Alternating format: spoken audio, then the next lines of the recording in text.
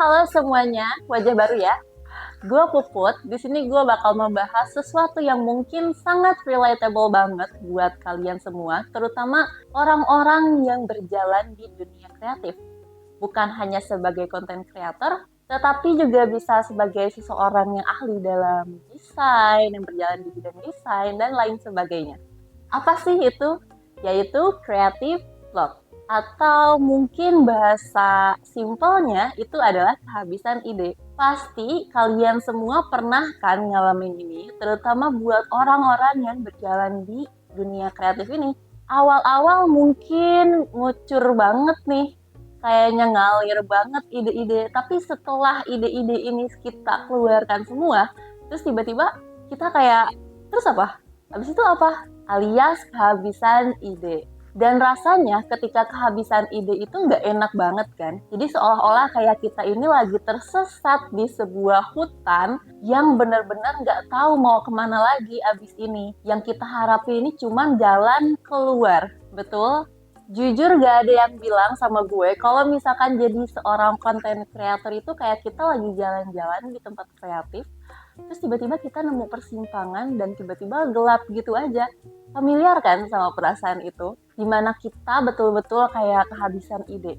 Kira-kira apa sih alasan yang bisa buat kita kreatif block atau lebih ke kehilangan ide gitu?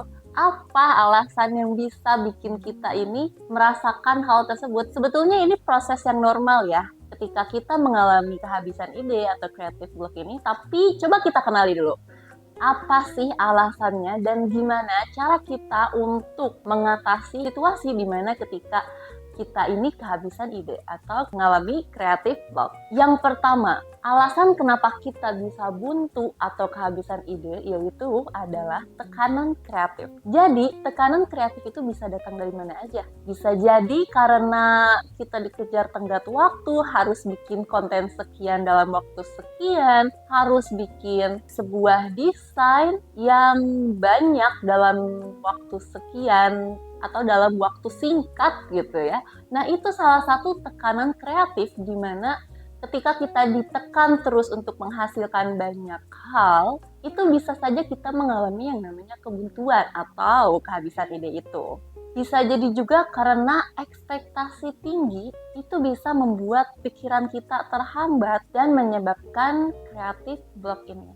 Dua, kondisi mental dan emosional. Siapa yang sangka ternyata kondisi mental dan emosional kita ini berpengaruh banget terhadap ide yang bakal kita keluarkan. Menurut Teresa Amabil, stres, kelelahan, dan suasana hati yang kurang baik itu bisa menghambat otak kita untuk bekerja lebih baik lagi. Dan itu juga bisa menjadi hal yang membuat kita kehabisan ide atau enggak muncul-muncul lagi nih idenya, atau menghambat kemampuan otak untuk menciptakan ide baru. Lalu selanjutnya yang ketiga, yaitu tidak memberikan waktu untuk istirahat. Maksudnya apa?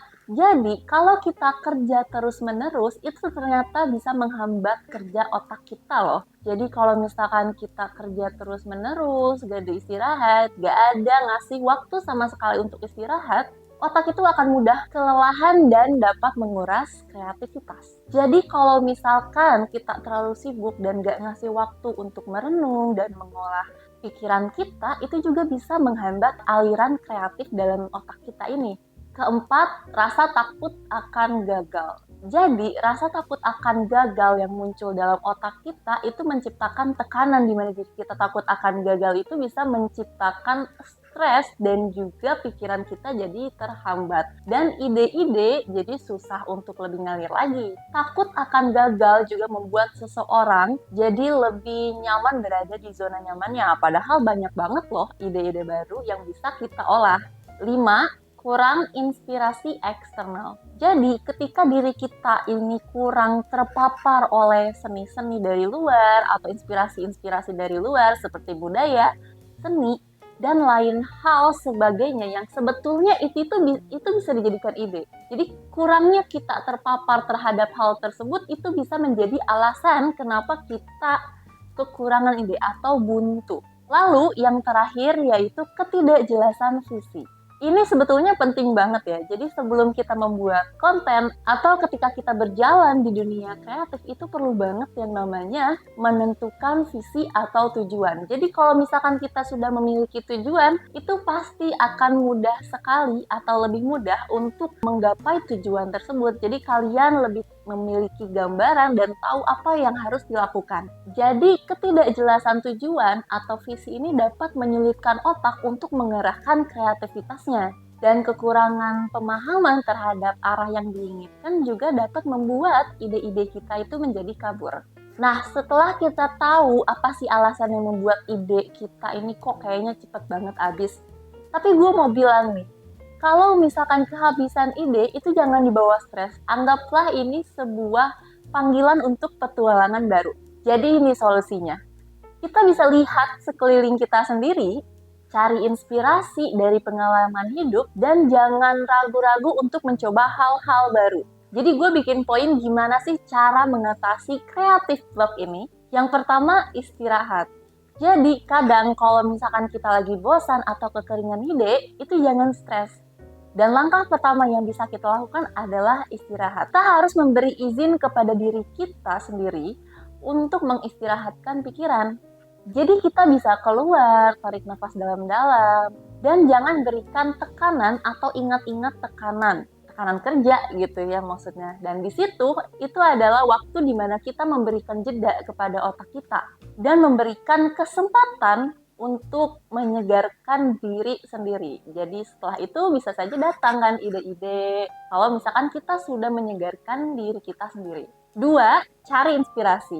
Untuk cari inspirasi ini kita bisa datang dari mana aja. Bisa dengan jalan-jalan, mungkin bisa aja dapat inspirasi, pergi ke museum dapat inspirasi, ke tempat makan, ke tempat yang belum kita pernah datangin. Itu juga bisa salah satu cara atau upaya untuk mencari inspirasi. Kalau misalkan untuk konten dan ingin cari lebih banyak inspirasi, bisa kita dengan explore sosial media, YouTube, Twitter, dan nonton-nontonin konten orang, itu juga kan bisa menjadi salah satu bentuk cari inspirasi.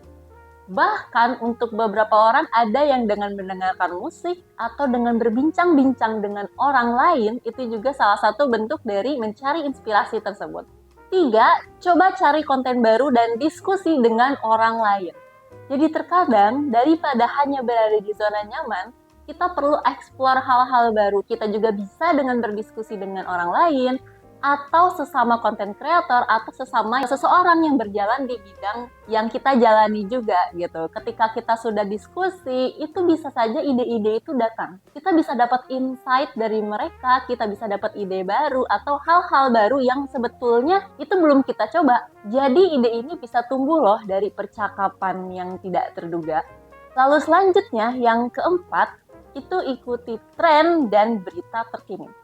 Jadi dengan menyimak tren dan juga berita terkini itu memberikan gambaran kepada kita tentang apa sih yang sedang terjadi di dunia ini sekarang. Dengan memahami konteks ini atau tren dan berita terkini ini bisa membantu kita menambahkan ide-ide baru yang tentunya relevan dan menarik dengan masa yang sedang terjadi ini. Selanjutnya, amati dan catat.